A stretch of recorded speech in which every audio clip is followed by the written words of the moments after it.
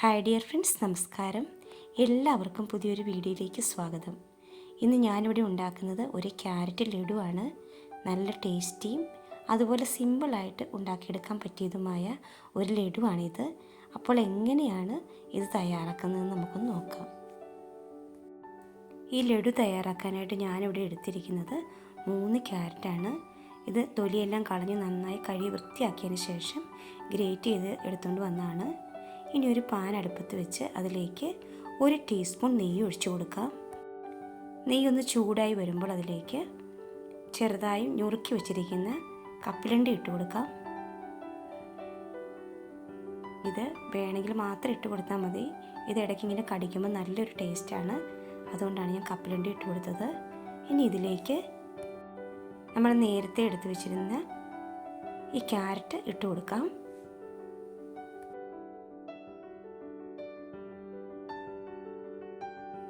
ക്യാരറ്റിൻ്റെ പച്ച മണമെല്ലാം മാറി ഒന്ന് ചെറുതായിട്ടൊന്ന് വഴന്നു വരുന്നവരെ നമുക്കൊന്ന് ഇളക്കി കൊടുക്കാം.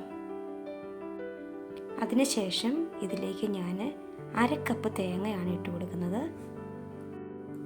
തേങ്ങയും ക്യാരറ്റും എല്ലാം കൂടി ഒന്ന് യോജിച്ച് വരാൻ വേണ്ടി അതും കൂടി നമുക്ക് നന്നായിട്ടൊന്ന് ഇളക്കി കൊടുക്കാം. അല്പസമയം ഒന്ന് ഇളക്കി കൊടുത്താൽ മതിയാവും. അതിനുശേഷം ഇതിലേക്ക് ഞാൻ 2 കപ്പ് പാലാണ് ഒഴിച്ചു കൊടുക്കുന്നത്. 250 ml കപ്പിന് 2 കപ്പ് പാലാണ് ഒഴിച്ചു കൊടുക്കുന്നത്. 1 കപ്പ് പാലാണെങ്കിലും മതി. 2 കപ്പ് പാലുണ്ടെങ്കിൽ അതിൽ കിടന്ന് ഈ ക്യാരറ്റൊക്കെ നന്നായിട്ടൊന്ന് വെന്ത് കുറുകി വരുമ്പോൾ നല്ല ടേസ്റ്റാണ്. അതുകൊണ്ടാണ് 2 കപ്പ് പാൽ ഒഴിച്ചു കൊടുക്കുന്നത്. അതുപോലെ 2 ടീസ്പൂൺ പാൽപ്പൊടിയും കൂടി ഞാൻ ഇട്ട് കൊടുക്കുന്നുണ്ട്. ഇത് ഓപ്ഷണലാണ്, വേണമെങ്കിൽ മാത്രം ഇട്ട് കൊടുത്താൽ മതിയാവും.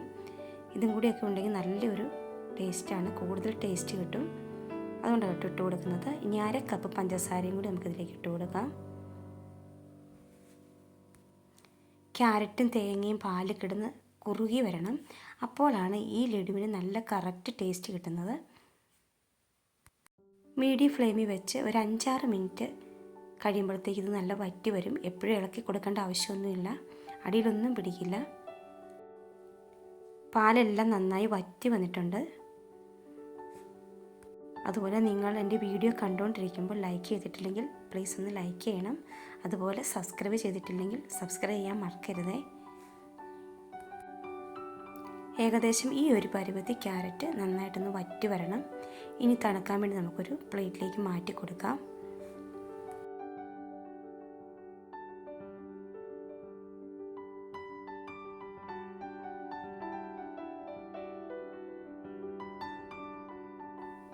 ചെറുതായിട്ടൊന്ന് ചൂടാറി കഴിയുമ്പോൾ എല്ലാം നമുക്കൊന്ന് ബോളുകളാക്കിയെടുക്കാം. കൈകൊണ്ട് വെറുതെ ഉരുട്ടിയാൽ മതിയാവും. അങ്ങനെ ഞാൻ എല്ലാം ബോളുകളാക്കി എടുത്തിട്ടുണ്ട്. ഗ്രേറ്റ് ചെയ്ത കോക്കനട്ടിലിട്ട് ഞാനൊന്ന് മുക്കിയെടുക്കുന്നുണ്ട്. തേങ്ങ ചിരകിയതിന് ശേഷം ഫ്രീസറിൽ വെക്കണം. അതിനുശേഷം മിക്സിയിൽ വെച്ചൊന്ന് അടിച്ചെടുത്താൽ ഇതുപോലെ നല്ല കോക്കനട്ട് കിട്ടും. അപ്പോൾ നമ്മുടെ വീട്ടിലുള്ള എല്ലാ സാധനവും വെച്ച് ഉണ്ടാക്കിയെടുക്കാൻ പറ്റിയ അടിപൊളി ടേസ്റ്റി ആയിട്ടുള്ള ഒരു ക്യാരറ്റ് ലഡുവാണ്. എല്ലാവരും ഇതുപോലെ ഒന്ന് ഉണ്ടാക്കി നോക്കണം. ബേക്കറികളിൽ നിന്നും ലഡു മേടിക്കേണ്ട ആവശ്യമില്ല.